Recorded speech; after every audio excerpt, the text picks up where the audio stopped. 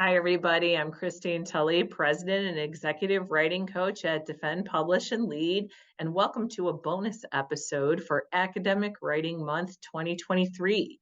I just wanted to do a very short episode to let you know that during the month of November, which is Academic Writing Month, we are posting an academic writing challenge. And I know that there are a lot of these floating around, so I just want to say a couple of very quick things about this. One, many of the academic writing challenges that are out try to get you to write more, spend more hours on writing, do more words per week, and so on. And all of that is wonderful. But what we focused on instead, because those challenges are great, but we also, what we want to focus on in our particular challenge is some things that can help you maintain what you're already doing versus trying to increase production, and also some small wins.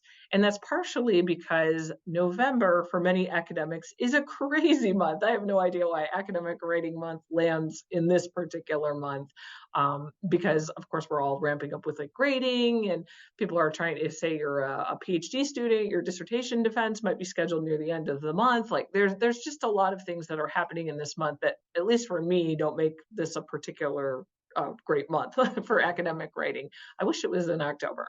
But that said, I do think that there is something to try to push for the days between November 1st and if you've got a holiday at the end of the month, so in the US we have Thanksgiving, just pushing during that time period. Because one of the things that we talk about a little bit in December on this podcast is just December requires some different writing strategies to get some things done, and just acknowledges it's the end of the year. It might be finals week at your institution. In many countries, there are holidays. So what we're trying to do, at least for our academic writing challenge, is just some easy wins.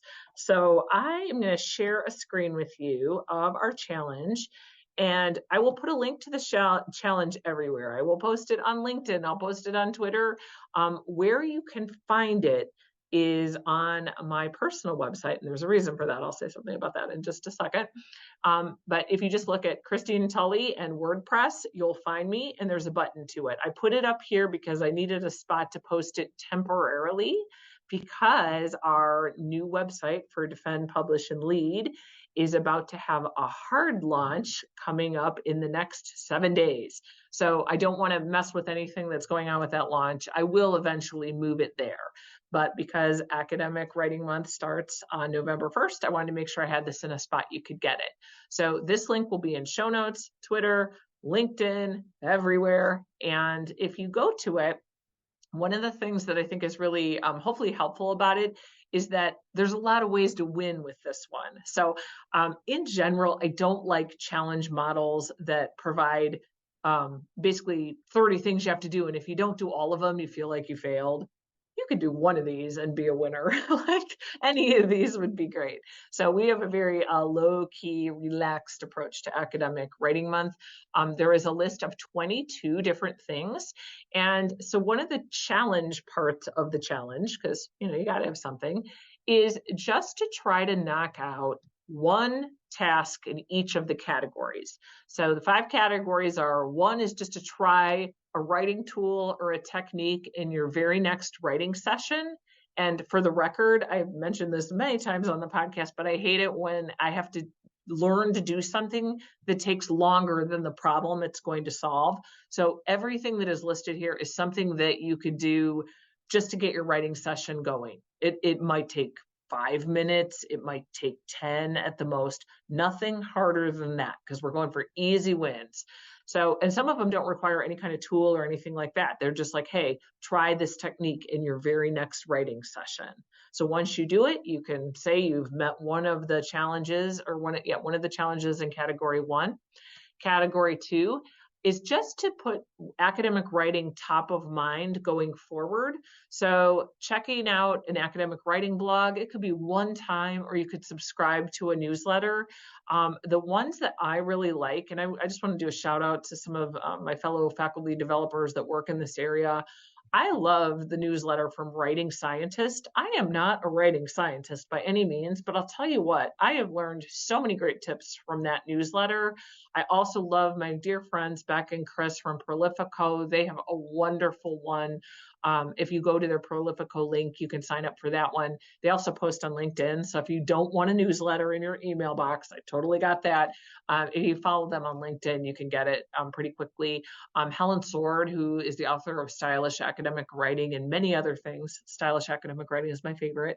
But she also has one called Helen's Word. Any of those are great. So just to keep writing top of mind. And again, this challenge, super low stakes.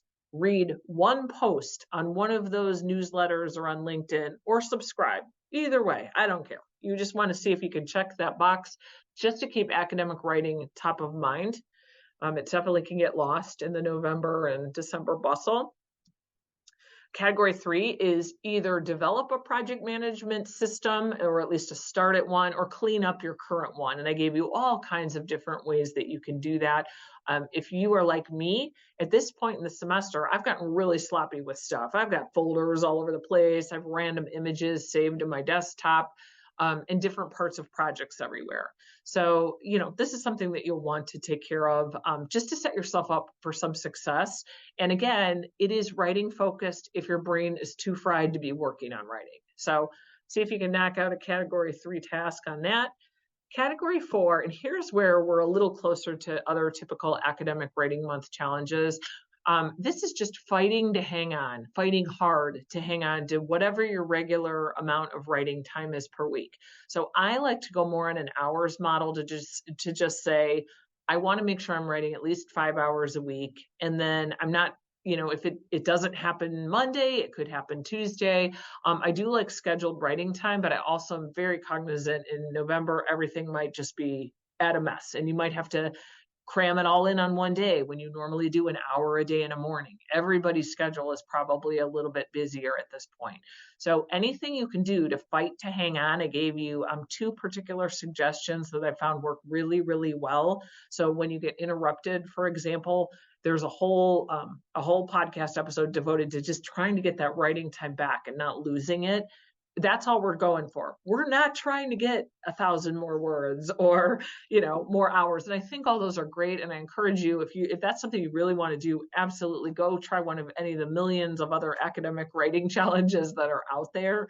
But if you're somebody where that is overwhelming, or you want to try to do both, you want some small wins and then those bigger pushes, great. And then the last one is just to set yourself up for spring writing success. I used to do this in December, and we used to have a whole workshop on doing some of that. We will have one thing, that'll be something coming later in a podcast about it. But in general, if you can do a few things now, prior to even getting to the beginning of December, that will set up your spring semester a little bit better, that can definitely be a win, and it's worth it.